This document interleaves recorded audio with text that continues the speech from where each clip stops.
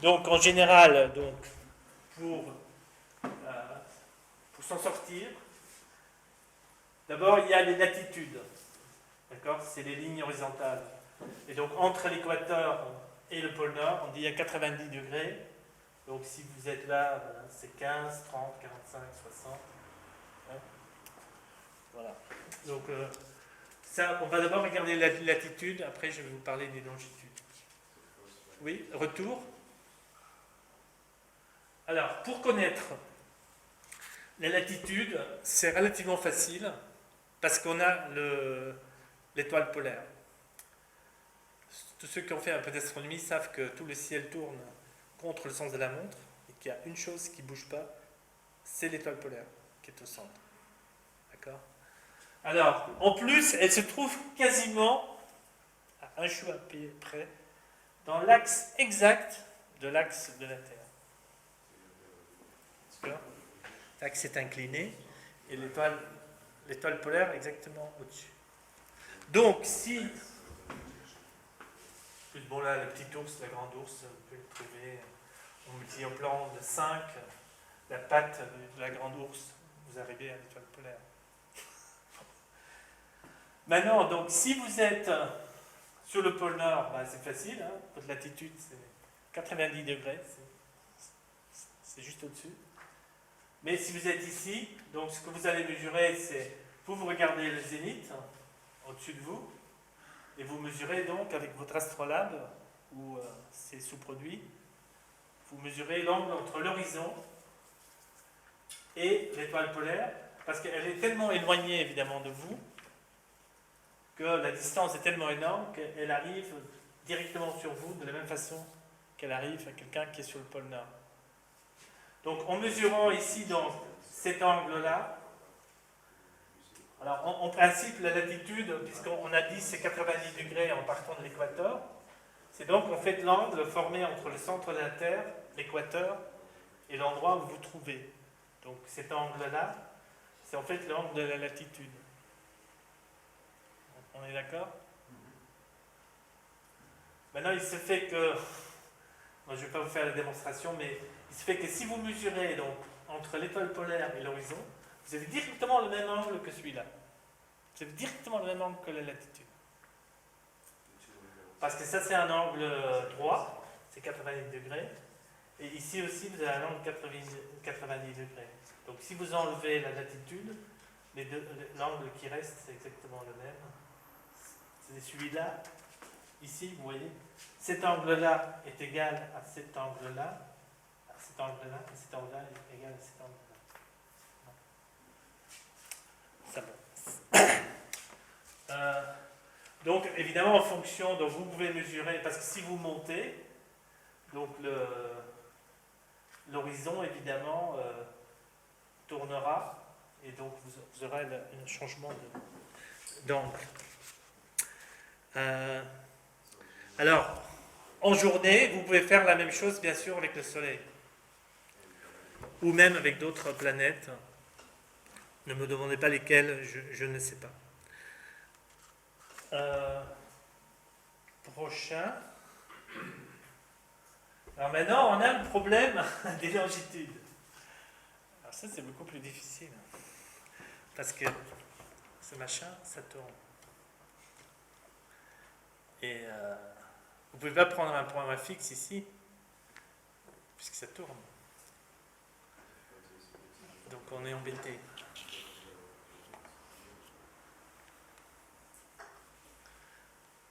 On est très embêté. Parce que, alors, ce qu'on peut faire théoriquement, c'est qu'on prend donc une méridienne de référence. À l'époque de Ptolémée, c'était les îles Canaries. Sous Colbert, on voulait faire la méridienne de Paris parce que la France était le centre du monde.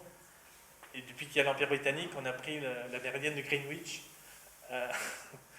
comme méridienne 0, qui est... Hein? Ici? Hein? Méridienne. Prime Meridian. Ici. 0, 15, 30, 45. Et on fait le tour comme ça, alors on fait 180 est et ouest.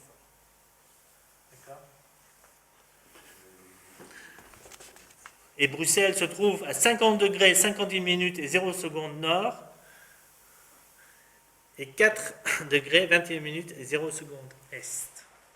Mettre à jour vos GPS. Hein? Faut mise à jour les GPS. Ouais, c'est ça. C'est pas 51 degrés Comment? 51 degrés, c'est-à-dire que c'est. Je monte, nord, toi, donc je suis là, regardez, je monte là, hop, là j'arrive en Belgique. Belgique c'est là. D'accord? Et la méridienne elle est là. Donc je suis à l'est. Voilà.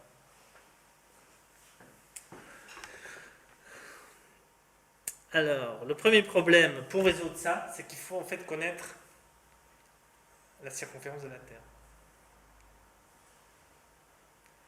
Parce que aujourd'hui on sait qu'un degré c'est 111,11 km. 1 degré sur l'équateur, bien entendu. Mais parce qu'on sait que la circonférence de la Terre c'est à peu près 37 000 km. Si on ne savait pas, on pourrait pas diviser les 37 000 km par les 360 degrés pour connaître que ça fasse 111 km. Alors, prochain. Ératosthène, donc science grecque. Comment est-ce qu'on a mesuré la circonférence de la Terre? Par la science des angles. Ératosthène, attends, je vais vous le trouver je vais vous le lire, ce sera plus simple, ce sera plus clair. Ératosthène avait observé qu'au solstice d'été, le soleil éclairait le fond d'un puits à Syène, près d'Assouan, et était donc à la verticale du lieu. S'il y a un puits, le soleil, on présuppose que tous les rayons du soleil sont parallèles, bien sûr, puisque c'est tellement long. Et donc, c'est à la verticale. Ce qui n'était pas le cas à Alexandrie, où au même moment, un obélisque portait un ombre. Ici, un obélisque, et il porte un ombre. Et Ératosthène va mesurer donc, cet angle de l'ombre entre l'obélisque et l'ombre. C'est même que ça. En mesurant l'angle, qui était de 7,2 degrés, que faisait le soleil à Alexandrie, ainsi que la distance entre les deux villes, qui était de 5000 stades de 157 mètres, c'est-à-dire de 787,5 km, entre le puits et l'obélisque. Donc il a l'angle, il sait que cet angle de la Terre, qui fait 7,2, ça fait tant de kilomètres. Donc il dit la Terre totale, ça fait 360 degrés, je divise par 7,2, ça fait 50 fois. Donc je prends la distance, je la multiplie par 50.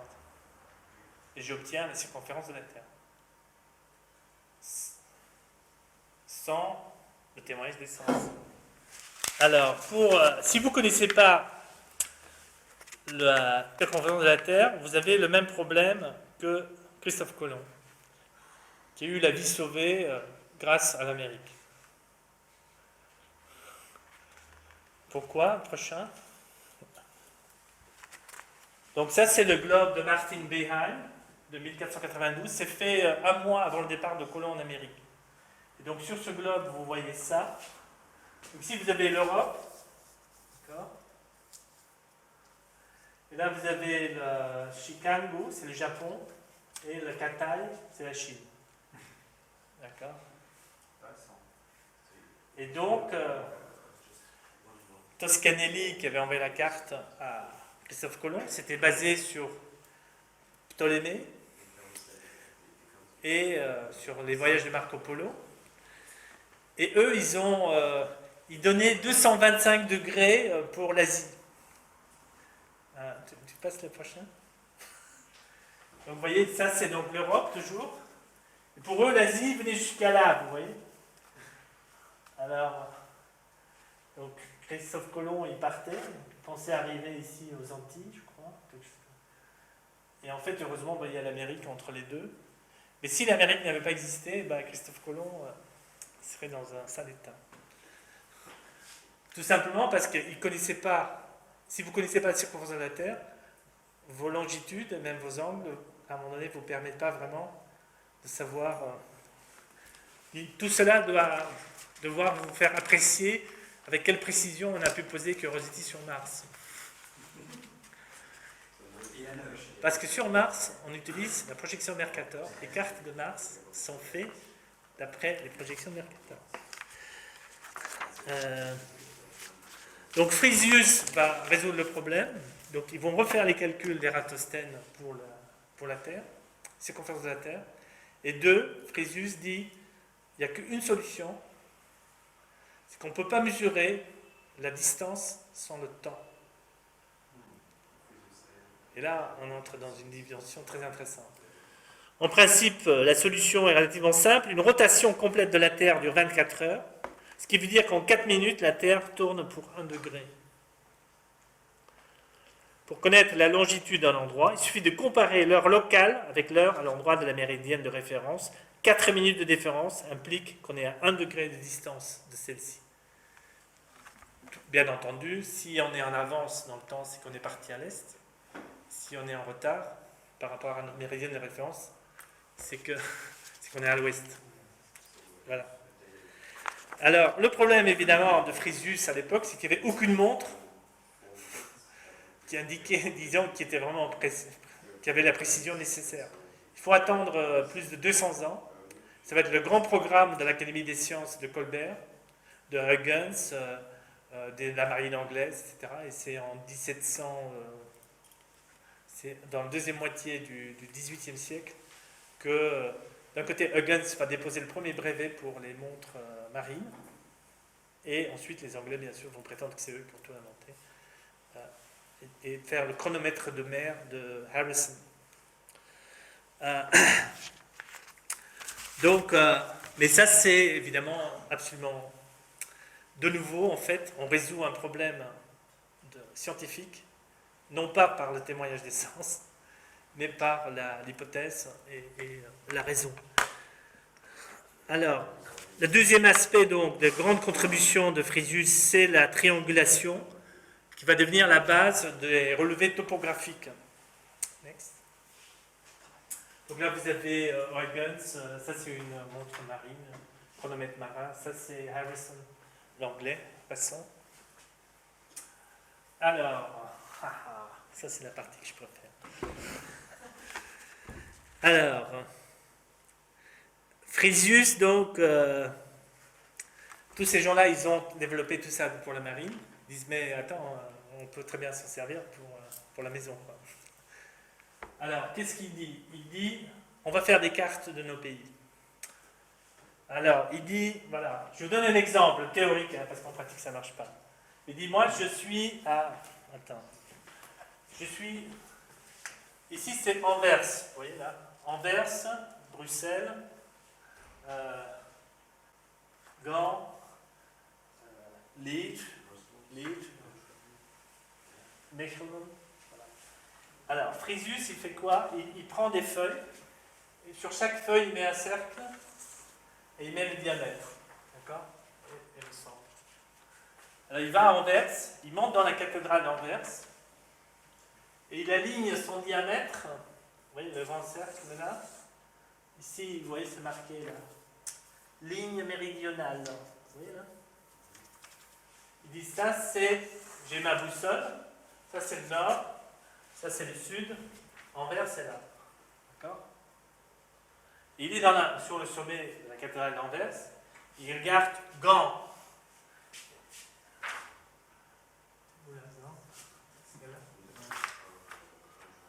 Gand. Il ne connaît pas la distance, mais il sait que c'est dans cette direction. D'accord? Ça c'est la direction.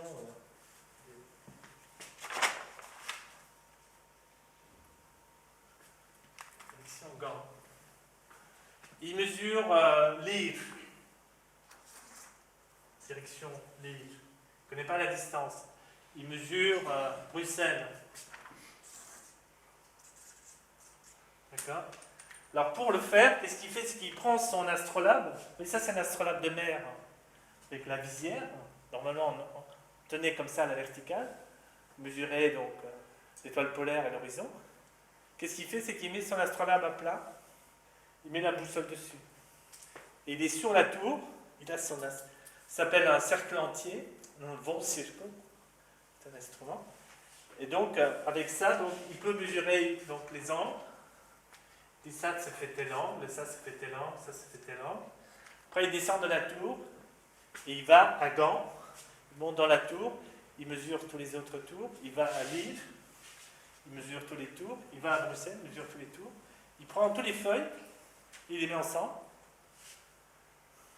il reconnecte les feuilles, facile. Après, il connaît la distance entre Anvers et Mechelen, par exemple. Une fois qu'il connaît une des distances, il peut calculer toutes les distances de toutes les villes. Oui? Une question. Les relevés qu'on fait en haut d'un clocher ou de n'importe quel sommet, c'est un peu les tables d'orientation qu'on peut trouver un peu partout. Donc, Oui. Pareil, d'un point de vue, ça existait déjà, j'imagine ça il y a très longtemps. Oh, forcément, les gens voulaient connaître leur ville et monter dans la tour. Hein. Et ce rapprochement, pour à partir des angles retrouver les vraies distances, ça n'avait pas été fait avant? Non, non. Non, parce que de nouveau, ça impose une hypothétisation. Il faut un esprit scientifique pour faire ça. Tout à fait. Parce que il faut faire l'hypothèse, tu dois partir du résultat pour définir les étapes qui y conduisent. Tu ne peux pas dire, tiens, je suis là, je vais prendre les mesures. Et voilà. Vous voyez, c'est un concept d'ensemble. Donc, en fait, cette méthode de triangulation, ça vient de Thalès de Milète, qui déjà explique dans son traité comment mesurer la distance d'un bateau devant la côte. Il dit, voilà, moi je prends une mesure, je suis sur la côte, je mesure l'angle du bateau et le bord. Je vais à un deuxième point d'observation, et je connais cette longueur-là, le B, c'est une longueur connue. Je connais les deux angles A et C. À partir de là, je peux mesurer, je peux connaître à quelle distance se trouve le bateau. Ça, vous le trouvez déjà chez Thalès de Milète, chez ces fameux Grecs-là dont Dean a parlé. Donc là, c'est... Évidemment, chez Frisius, ça prend quelque chose de beaucoup plus... disons, il est très bon pédagogue, parce qu'il par des exemples concrets, en fait, il va faire des démonstrations. Oui, suivant. Donc après, bon, on peut évidemment multiplier les difficultés. On peut avoir deux observateurs, mesurer les distances entre les observateurs, les angles des bras, etc. On peut... ça a tout un tas de possibilités. Je ne vais pas entrer là-dedans. Mais maintenant, si vous pensez, par exemple, s'il faut mesurer la distance entre la Terre et la Lune, si vous mesurez les zéniths dans un lieu A, dans un lieu B, si vous connaissez la distance entre les deux liens, entre les deux endroits, vous pouvez connaître la distance jusqu'à la Lune.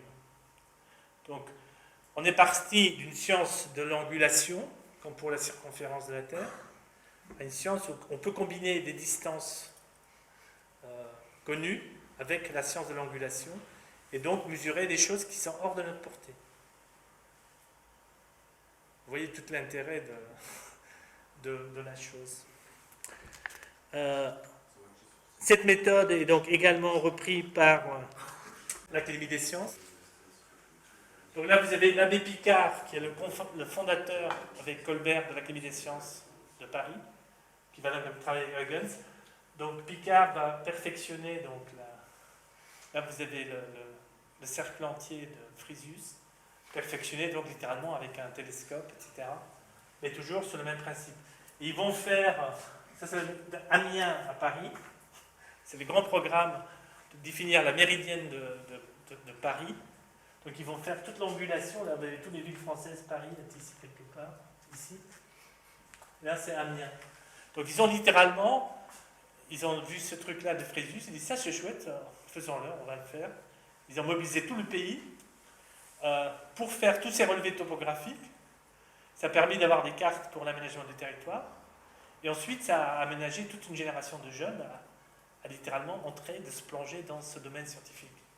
C'est quelque chose de très très... Pourquoi est-ce que ça marchait pas? J'en reviens là. Pourquoi est-ce que ça marchait pas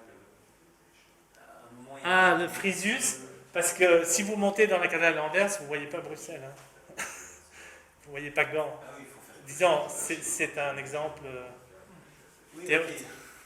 Mais vous voyez le village à côté, hein, vous pouvez vraiment mesurer des choses, c'est pas que ça marche pas. Ça marche, mais pas avec les noms indiqués sur le plan des villes. Comment il s'y prenait pour repérer Bruxelles depuis... Non, il ne le faisait pas.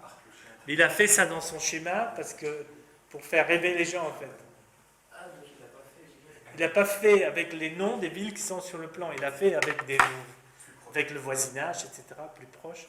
Mais il a choisi ça, il a monté ça comme exemple pour permettre aux gens de montrer le principe en fait. C'est une démonstration de principe, c'est pas un vrai relevé topographique, c'est ça que je voulais dire. Mais ça marche, hein, c'est pas que ça marche pas. Disons, le principe marche. C'est parce qu'il fait pas beau ici, c'est ça. Comment? C'est parce qu'il fait pas assez beau ici. Il pleuvait trop souvent. Donc, next, prochain. Alors là, on arrive donc à Mercator, où donc en 1569, Mercator, pour la première fois, fait sa fameuse projection. Alors, vous voyez la carte ici. Vous voyez, c'est complètement... Ça, c'est les marques du Sud. Hein. Et vous dites, mais là, putain, c'est nul, ce truc. Ça ressemble à rien. Là, ici, vous voyez donc... Alors, c'est quand même très intéressant, parce que vous voyez donc en noir, ici, les traits, c'est la carte de Mercator. D'accord? Et en vert, vous avez ce qu'on appelle la carte normale d'aujourd'hui, c'est-à-dire avec les vraies longitudes. Mais si vous regardez les latitudes, Mercator, vous voyez là, la Basse-Californie, vous voyez, au niveau des latitudes, c'est quasiment nickel. Toi-même, l'Amérique du Sud est là, l'Afrique s'arrête là. Vous voyez, c'est exactement, c'est très très précis en fait. Ce qui est faux, la plupart du temps, c'est les longitudes. Mais pas les latitudes. Les latitudes sont extrêmement bien. Ils ont mesuré qu'une seule fois ou quoi? Non, mais ils ont pas. Il fallait faire des mesures sur le terrain. Il fallait pouvoir y aller et faire des vraies mesures sur le terrain. Donc,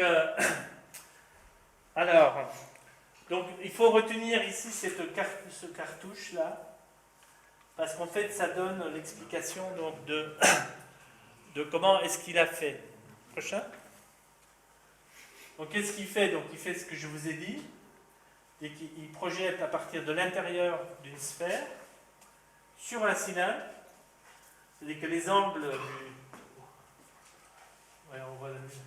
les angles donc sont identiques, mais projetés sur un plan, ils vont évidemment il y aura des distorsions. Vous voyez qu'ici la distance là entre 60 et 90 degrés, vous voyez, c'est 30 degrés de différence, c'est autant qu'entre 30 et 60. Mais pour définir exactement à quel moment ça se place, là tu peux mettre le prochain. On va encore mieux. Oui, là vous avez non, ici, vous voyez, vous avez la sphère. Là vous avez la paroi du cylindre. Donc ici les angles sont égaux. Et si vous les projetez, le plus que vous allez vers le nord, plus que la distorsion sera grande.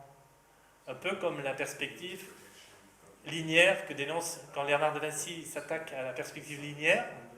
Il dit perspective linéaire, de plus qu'on s'écarte à l'extérieur, plus qu'il y a des distorsions dans la perspective linéaire. Quand c'est un angle petit, on ne voit pas trop. Mais dès qu'on agrandit l'angle, il y a cette... Donc là, vous le voyez, que ce qui est ici, ce carreau-là, ça c'est sur l'équateur. En fait, quand vous le projetez là-haut, ça devient un grand rectangle. Donc c'est quasiment un carré ici. Surtout qu'une surface. C'est 15 degrés, c'est pareil. Ouais, c'est-à-dire que la surface est plus petite, Là, c'est mais 15. plus grand sur 15 degrés, 15 degrés. Et puis l'image est un peu contractée aussi. Non, c'est l'inverse. L'autre est éclaté. Et de plus que vous êtes vers l'équateur, plus que vous êtes en fait vers les tailles réelles. Hein. Ça, il faut bien visualiser ça. Alors, on dit que c'est Mercator. Mais alors, quand Mercator fait cette carte, son voisin affirme, citation, Mercator voulait permettre aux savants, aux voyageurs et aux marins de voir avec leurs propres yeux une description précise du monde en grand format, projetant le globe sur une surface plane grâce à un moyen adéquat qui correspondait tellement à la quadrature du cercle que rien ne semblait manquer, comme je lui ai entendu dire de sa propre bouche, si ce n'est qu'à la preuve formelle. C'est-à-dire, là vous avez donc le cartouche qui est sur la carte que je vous ai montré tout à l'heure, la carte de 1569 de Mercator. Là vous avez donc l'hémisphère nord, donc les angles, oui, et ici donc, quand ils sont projetés. Et l'autre cercle, c'est l'hémisphère sud, qu'il faudra en fait mettre là, mais faute de place, il a superposé les deux. Donc il a fait la démonstration géométrique. Parce qu'il y a aussi même des gens qui disent qu'il a inventé ça par hasard. Hein. Alors que, bon, je pense que ce schéma démontre assez bien qu'il a absolument démontré, d'un point de vue rigoureux et géométrique, en fait, son système de projection. Il ne connaissait pas encore, il faut attendre 50 ans plus tard pour avoir des équations algébriques pour pouvoir effectivement le calculer algébriquement. Mais il n'y a rien de plus logique. L'algèbre est là pour expliquer. Une fois que la science est là, l'algèbre nous permet de le décrire. Mais ce n'est pas l'inverse. Ce n'est pas l'algèbre qui permet de découvrir les choses. Ce n'est qu'un langage. Mais alors, quand on regarde Frisius, déjà dans son œuvre de Astrolabo, Frisius avait dit